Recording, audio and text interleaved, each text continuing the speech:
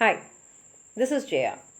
In this video, we shall see the summary of On Magnanimity, a speech delivered by C.P. Snow.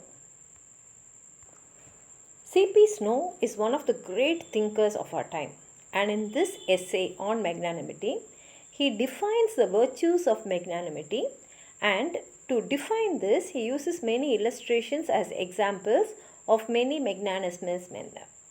And this essay was actually his rectorial address at the University of St. Andrews, which he delivered at the university on 13th April 1962, when he took up the honorary post of rector to which he had been elected the previous year, and later this was published as a pamphlet.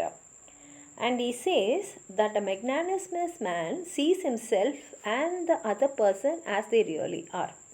He will be able to see the real quality of the person, and not only that, he will try to bring the best out of the other person. And when he is trying to bring the best from the other person, his best also will come out. Therefore, he will also be the best person, while the other person will also be the best person. And for this, he gives the example of Isaac Barrow, who was a famous English mathematician and professor at Cambridge in 1663. This professor resigned his post in favor of his student Sir Isaac Newton because he saw that his pupil was a better mathematician than himself. C.P. Snow says that it is a pleasant thought to imagine the state of affairs if all the politicians, academics, administrators, artists and businessmen are like Mr. Barrow. And he also says that it should not be that only the older men should give place for better young men. Even the young men should give place for the better older men or more experienced men. In that way, the world will get the best out of the human beings.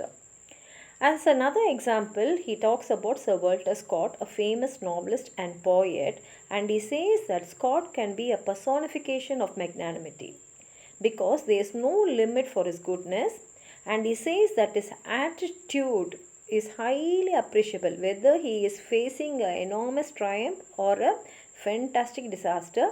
His attitude will always be the same. And according to C.P. Snow, he says that even if a fraction of the world's intellectuals can come somewhere near the goodness of Sir Walter Scott, this world itself will be a better place. Then he talks about another Russian novelist, Turgenev.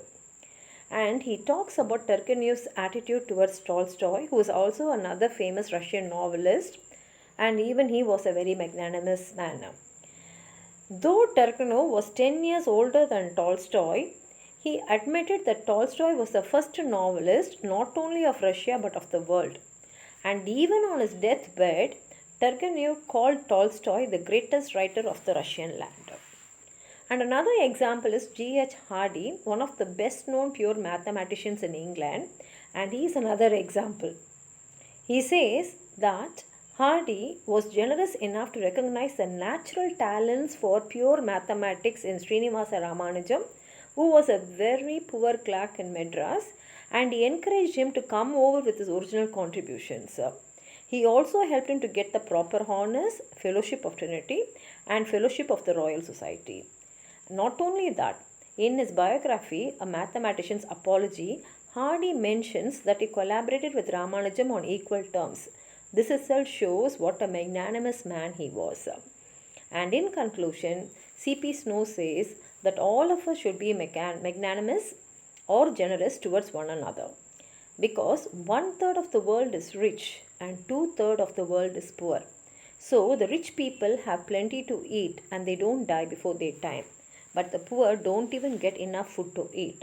So the magnanimity demands caring for such poor people and seeing that they have enough to eat using our knowledge in science and technology.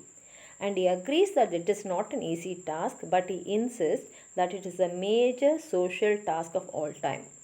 If you have anything more to add on to what I have said about this essay, please do write it in the comment box. It will be useful for others. Like the video, share with your friends, and if you have not subscribed my channel, please subscribe. Thank you.